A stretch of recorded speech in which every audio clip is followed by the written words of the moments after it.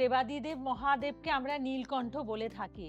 তো এবারে যে প্রশ্ন অনেক বন্ধুরাই জানতে চাইছেন যে শিব কেন বিষ পান করেছিলেন, এর আসল মানে কি? শিব বিষ পান করেছে, তাতেও জ্বালা। জ্বালা মানে মানে তার নীলকণ্ঠ হ্যাঁ, আমরা তো বলি।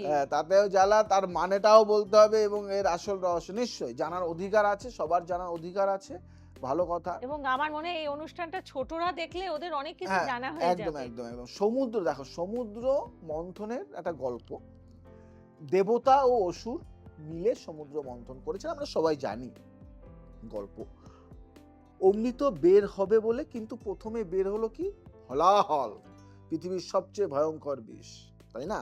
যা স্পর্শ করলেই সৃষ্টি ধ্বংস। সবাই ভয়ে পালালো, সবাই।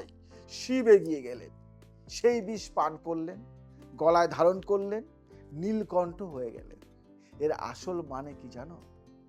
জীবনে বিষ আসবেই, জীবনে বিষ আসবেই, কষ্ট আসবে, অন্যায় আসবে, বিশ্বাসঘাতকতা আসবে। শিব বলছেন সেই বিষ অন্যকে দিও না, নিজের মধ্যে ধারণ করো, হজম করো। যে মানুষ অন্যের বিষ নিজে নেন, পৃথিবী রক্ষা করেন, পৃথিবী রক্ষা করেন তিনি মহাদেব। পৃথিবী রক্ষা করেন তিনি মহাদেব। আমাদের জীবনেও প্রতিদিন একটু শিব হওয়ার সুযোগ আছে, যে নিজে কষ্ট নেয় অন্যকে বাঁচাতে। সেই মানুষের গলায় নীল রঙের আভা থাকে। বুঝতে পারলে? আজকে তোমায় একটা কথা বলি, আমরা মনুষ্য জাতি, আমরা স্বার্থপর, আমরা শুধু নিজেরটা চিন্তা করি। কিন্তু এই নিজেরটা চিন্তা করার বাইরে যারা অন্যের চিন্তা কিছুটা করে, তারাই কিন্তু অন্য, তারাই অন্য রকম মানুষ, তারাই অন্যভাবে বাঁচে, তারাই কিন্তু সমাজে দাগ কেটে যায়।